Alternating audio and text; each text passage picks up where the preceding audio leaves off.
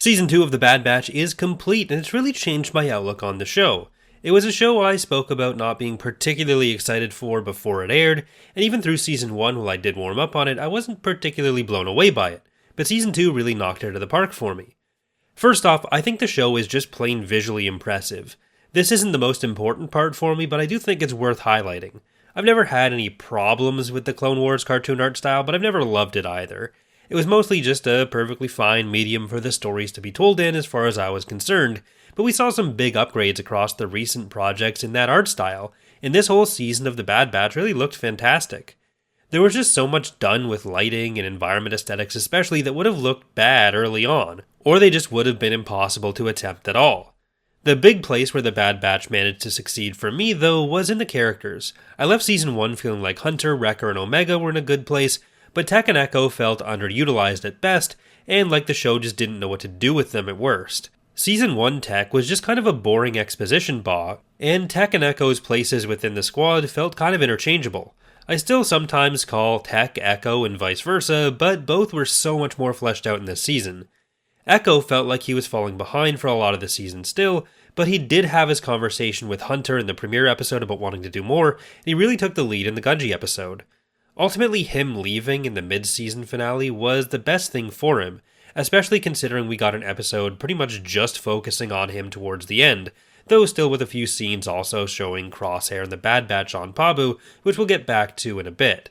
Tech, though, was the standout star of the season, even if he dropped off at the end.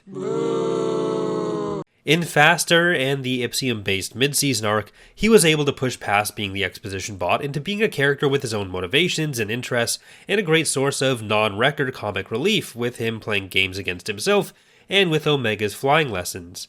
His brotherly relationship with Omega really took a different flavor to what we've seen with Hunter, Echo, and Wrecker. They really played well off each other, and Tech actually became the first character of the crew that seemed to treat her as an equal and readily accepted her ideas, which I think is really interesting, considering how at first glance he may come across as a bit egotistical about his intelligence. There were some complaints early on about filler in the season, particularly with the Faster and Entombed episodes, but I think there is a tendency with Star Wars where people will label things that aren't clearly building to a galaxy-changing plot as being filler.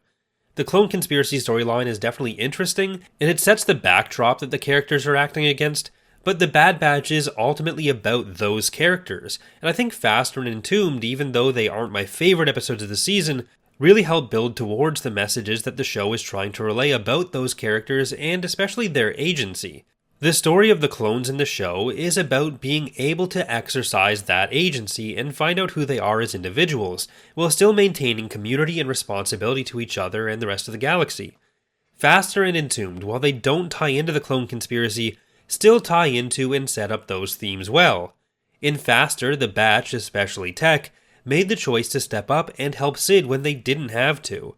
In Entombed, the important part was building the relationship with Phee, who, aside from the flirting with Tech, became the first person outside of the other clones who not only valued them as people, because we have seen that with others like Gungi and the Wookiees, but also reciprocated and helped them when she didn't have to. She even trusted them enough as individuals to allow them to come into her own community.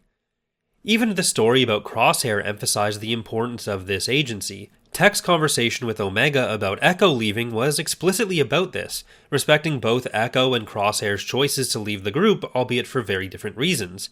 But just as important as that choice, the show so far hasn't been shying away from saying Crosshair was making the wrong choice. And as I alluded to earlier, the Echo episode really showed how the choices all of those characters had made got them to the situation they were in, with most of the batch on Pabu, Echo being out in the galaxy helping others, and Crosshair being in a pretty bad situation on Mount Tantus. I don't love how often Star Wars' version of redemption is just dying, so I hope Crosshair survives and we see what another type of redemption might look like, and what it could take to atone for past actions. Though I think given what the show is doing, what we're ultimately going to see is how Crosshair was a victim of this as well.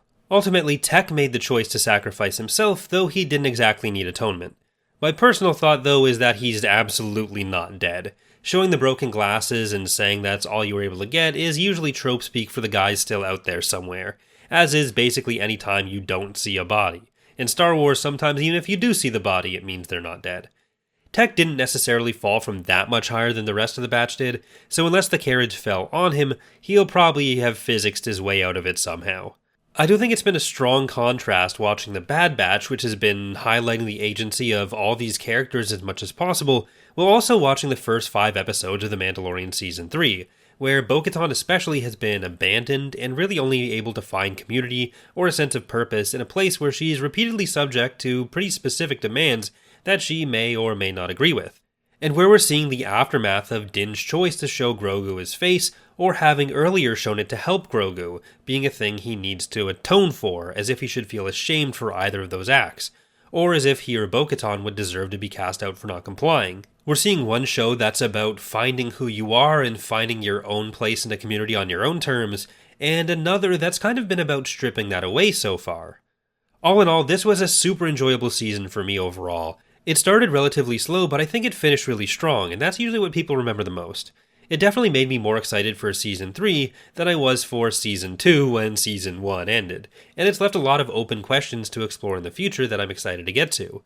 I don't think it's quite Unseated Rebels as my favorite of the animated shows overall, but it's getting up there at least. Much like you won't need to be unseated if you got more Star Wars videos to watch by subscribing here. Thanks for watching and hope to see you next time.